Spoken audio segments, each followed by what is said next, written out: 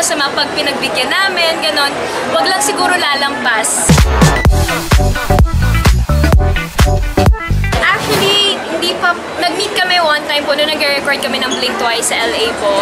So, nagkaroon lang kami ng konting, talk, ganon, advices. Pero, nauna po kasi kami mag-record ng song dito sa Philippines, yung i-release namin collab. So, separate po namin siyang ni-record. So, hopefully, di ba, ma-perform namin siya together in one stage. Well, aware naman po kami na yung mga blooms namin baliw na baliw sa mga ships po.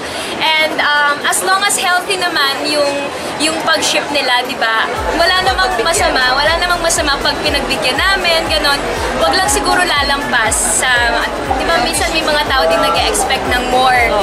So, ayun lang, siguro healthy lang, healthy. So, after all, we're a girl group. Yes.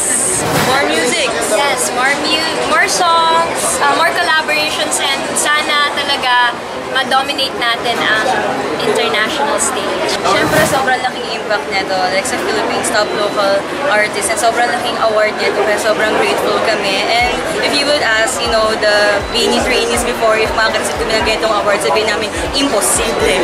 Imposibleng makaka-receive kami. Pero now that we're here receiving this kind of award, and we're so grateful, and naka-influence kami ng mga tao, and nagkakaroon kami ng impact. Not only sa blooms namin, pero sa globally. Yes, meron po. Hindi mawawala yung pressure. Pero kami kasi as a group, tulad nung sinabi kanina ni Kuya TJ, pag nag-release ka ng song, dapat hindi mo iniisip yung chart, hindi mo iniisip kung magta-top ka ba. Dapat mag-release ka lang na mag-release. Basta from your heart.